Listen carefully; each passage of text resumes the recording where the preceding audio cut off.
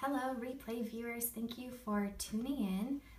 I am Rochette. I am a school-based speech-language pathologist, and I work with, hi Felice, I work with preschool through 6th graders, and I also blog over at road2speech.com, and I've been talking a lot about organization lately. Welcome, welcome. I'm glad you guys are coming in. So let's see. Okay, awesome. So how are you guys doing today? Was it a good Monday? Sorry, super close. I'm just trying to get this pulled up. So hi, hope you guys are all doing well. Today was actually a pretty good Monday for me. I had a meeting that went really well and got stuff done. So today I'm sharing some tips and tricks for how I keep track of all of the things that we as busy SLPs have to keep track of.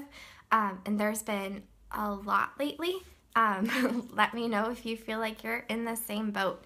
So I've got 5 things, and so I'll just jump in and get started. But feel free to let me know if you have any questions or thoughts or ideas along the way. Hi, Carrie. So the first thing is, and I've talked about this before, some of this will be a repeat, but just putting it together in a different way. But the first thing I do at the beginning of the year is I have my caseload spreadsheet, and I really like spreadsheets because in Excel you can sort by, like you can have it sort in alphabetical order or by due date, and that's really helpful when I'm planning out my IEPs and evaluations, because then if I see that there's a bunch of them close together, I can kind of spread them out and make it a little bit more doable.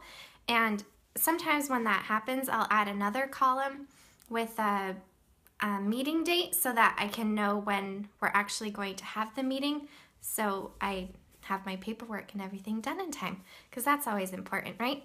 And if you guys are wanting some ideas on how to set up a spreadsheet or you want a template to use, I'll show you where my blog post is, and under number 1, you'll find a link to a free spreadsheet. And thank you guys for the hearts. And so, yes, so I will show you that at the end. If I forget, remind me. Then number 2, let me know, do any of you guys use Google Calendar? It's been a lifesaver for me. So at the beginning of the school year, I put in my therapy schedule, and I have them all as reoccurring appointments. And then whenever a meeting gets scheduled, I put that in.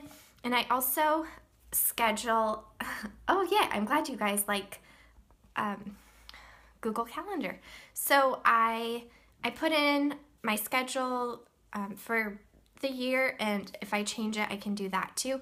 And so that helps keep me on track. And I also put in, sometimes I'll put in paperwork time or lesson planning time, just so that I can get everything done, and kind of having it laid out week by week makes it feel a little bit more manageable.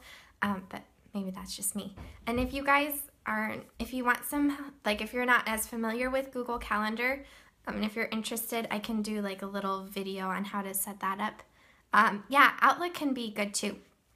And I like Google, well, you can do it with Outlook too. Yeah, and a Google IEP calendar.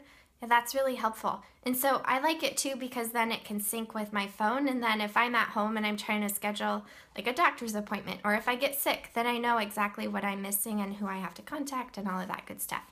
And so then for number 3, I also use Google Calendar to keep track of my to-do list. And so on the sidebar, like you can have a to-do list pop up, but that kind of, just having a huge long list of like 50 to-dos overwhelms me, and I found that I was wasting a ton of time, whether it was on my computer or on a to-do list written out. I found that it wasn't working as well for me, so I started making, because you can make like all-day events on Google Calendar too, so I've started doing that, and whenever a to-do item comes up, I look at it and I decide, is it something I'm going to do today, later this week, or in a month, or whatever. And whenever I decide I'm going to get that done, I put it in for that day. So I have like a mini to-do list kind of prepared for whenever I come in, so I know exactly what I'm going to do that day, and I don't have to waste time figuring out what I'm going to do because it's ready for me. And then I yeah, that's been really helpful. And then if I don't get it done, it's really easy to just drag it and move it onto another day. Yeah, and you can do that too. I just like being able to like schedule it for a day, and it helped keep me accountable, and because sometimes I would have to do items that just kept getting like rewritten. Yeah, color coding is awesome. And you can also have different color codes on your calendar too, for the all-day events. So just different preferences, but I'm sharing just one other way of doing it. And let me know if you guys, like, I love hearing what you guys are doing or what you would do differently, but color coding's awesome. And so, yeah, so that's number 3. And then number 4, I've talked about this before, but I have pre-made checklist, because if you can't tell, I don't really love writing out a ton of to-do lists, because, well, I love writing out to-do lists, but I found that it was taking me so much time. So I made some pre-made, or I put together some pre-made to-do lists. So I've shared about like my IEP and my evaluation checklist. You could easily put one together, but I also have some editable ones in my store. And I also use these. I didn't bring one home, but I also have one for my lesson plans. And so those are the things. There is a link in the blog post, and I'll show you at the end. And so, good question though. And so I have the lesson plan. And so that's for the things that I do all the time. So I don't miss important pieces for the IEP or the evaluation, and I don't waste time just like writing, okay, make copies for lesson plan and do this. It's just all in like one streamlined version, and I laminate them and use fine point permanent marker. And it's kind of funny because you can use like a regular eraser to erase them, and I think it's fun to be able to erase. So that's number 4. And number 5, because I have a lot of the stuff that I do use is electronic, but I still love my to-do lists and my planners and all of that. So I had to have something that was more written, so I use sticky notes, and I love sticky notes. So, but I don't use them all the time, since most of my to-do lists are on Google Calendar. But I use this especially on Friday afternoons when I'm feeling like I can't do any more, but I still have a chunk of time before I get to go home. And I mean, I could just go bug a teacher and hang out and talk, but that makes Monday morning that much worse, right? So I pick out I look at my to-do list and just pick out like 3 things that I want to get done by the time that I go home. And I put each of them on its own sticky note, and I put it on my desk. And as I finish that task, I pick up the sticky note, crumple it up, and throw it in the trash. And once all the sticky notes are gone, then I get to go home and call it a day. And I think that's really reinforcing for me. And yes, sticky notes. And so then I get to use all my pretty ones, and I get to take a minute just to write them out. Yeah, a must do and a may do is really helpful too. And I kind of do that with Google Drive or Google Calendar. So I have like my must-dos on the specific days, and then my may-do I have on the to-do list. And I don't look at the to-do list as often, but it's nice. Like if I do have a slow day, then I can pull those things out. Oh, and one thing that I forgot to mention. So one thing I forgot to mention, when I'm scheduling my IEPs, because these checklists they help me keep track of most of my stuff. I don't put in, like I have my paperwork block, so I have it organized so that I know exactly what I have to do.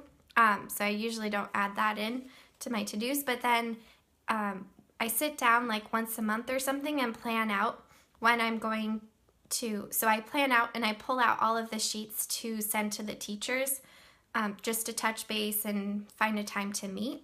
And then I go distribute that. And then I put a reminder in my Google Calendar, an all-day event, to contact the parent like a couple weeks before the meeting.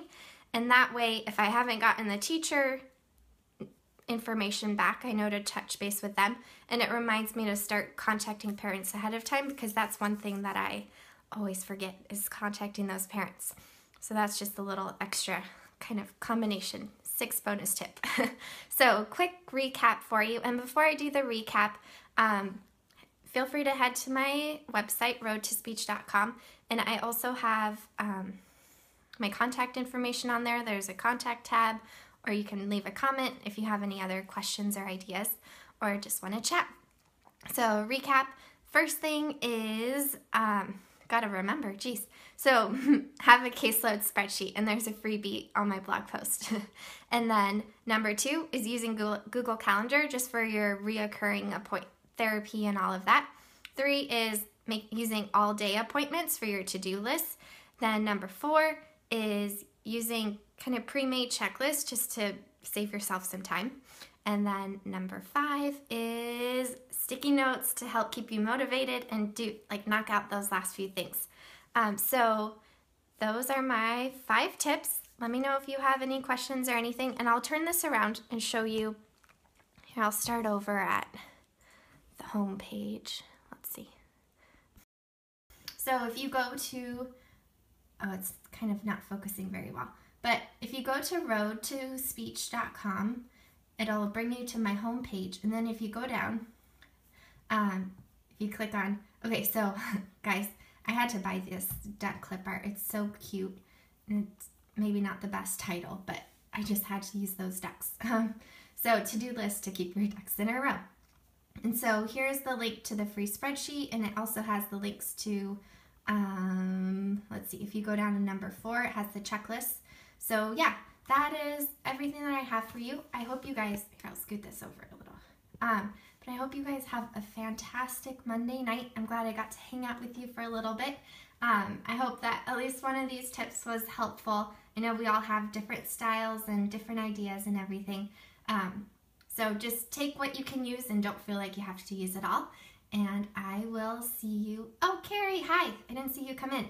I will see you all on Thursday. And oh my goodness, thank you for all the hearts.